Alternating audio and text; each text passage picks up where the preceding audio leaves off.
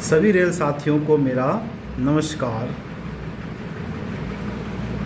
Rail कर्मचारियों को मिलने वाली छुट्टियों के बारे में मैं आपको जानकारी देना चाहूँगा, जिसमें मैंने आपको पहले के जो वीडियो बने हुए हैं उसमें भी जानकारी दी थी।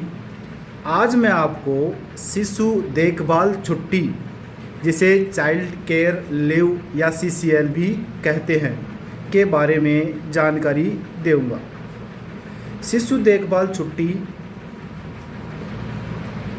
महिला रेल कर्मचारी और सिंगल पुरुष रेल कर्मचारी को मिलती है। सिंगल पुरुष रेल कर्मचारी जो अविवाहित भी हो सकता है, विधुर भी हो सकता है, विधुर भी हो सकता है और तलाकशुदा भी हो सकता है। यह छुट्टी कर्मचारी को अपने पूरे सेवा काल में 730 दिन मिलती है। यह छुट्टी बच्चे के लालन पालन के लिए या कोई और भी जो बच्चे के ज़रूरत के हिसाब से यह छुट्टी कर्मचारी ले सकता है। यह छुट्टी कर्मचारी का बच्चा 18 साल से कम हो या विकलांग बच्चा हो और वह न्यूनतम 40% हो, तो उसको किसी भी आयु का हो वो तो उसको मिलती है। यह छुट्टी एक कैलेंडर वर्ष यानी एक वर्ष में 3 बार से ज़्यादा स्वीकृत नहीं की जा सकती। यानी यह छुट्टी आप टुकड़ों में ले सकते हैं और यह छुट्टी औसत वेतन छुट्टी के समान ही होती है। और जैसे अपन औसत वेतन छुट्टी स्वीकृत कराते हैं, इस छुट्टी को भी उसी प्रकार अपन स्वीकृत करा सकते हैं। अब अपन बात करते हैं वेतन के बारे में कि वेतन किस हिसाब से मिलेगा इस छुट्टियों में। तो कर्मचारी छुट्टी से जाने से पहले जो वेतन मिलता था उसी के बराबर कर्मचारी को वेतन मिलेगा, लेकिन यह छुट्टी पूरे सेवा काल में अपने को 730 दिन मिलती है।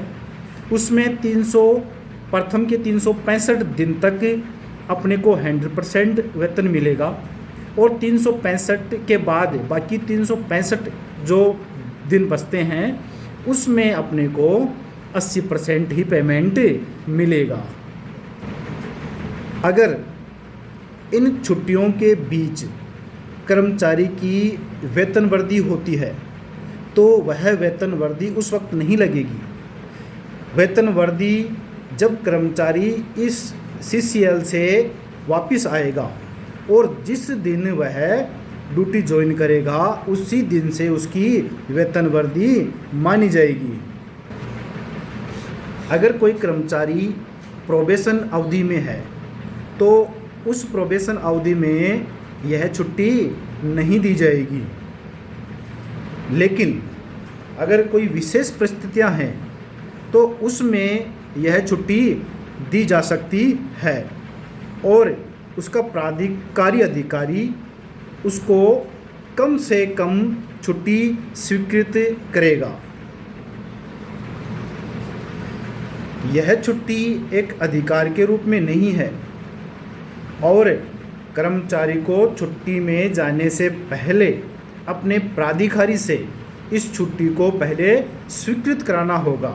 उसके बाद ही कर्मचारी छुट्टी पे जा सकता है। कर्मचारी सभी छुट्टियों को मिलाकर और इस CCL को भी उसमें ऐड करके अधिकतम 1 वर्ष तक छुट्टियां ले सकता है। एक साथ 1 वर्ष तक छुट्टियां ले सकता है।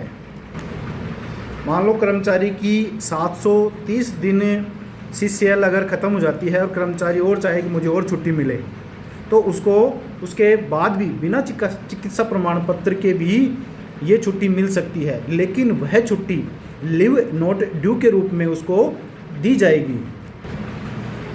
पहले यह छुट्टी अगर कर्मचारी के खाते में किसी प्रकार की कोई छुट्टी है तो यह छुट्टी नहीं दी जाती थी, लेकिन RBE संख्या 144/2010 के द्वारा यह नियम हटा दिया गया है।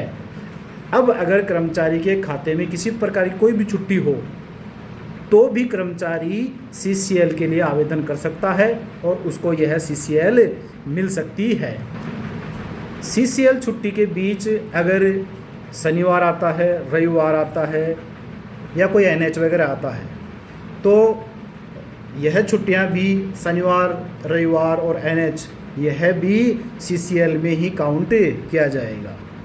एक चीज़ और है, अगर कोई महिला कर्मचारी कोई बच्चा गोद लेती है तो उस महिला कर्मचारी को भी यह छुट्टी मिलेगी। यह वीडियो आपको अच्छा लगा तो लाइक, शेयर और सब्सक्राइब ज़रूर करें। धन्यवाद।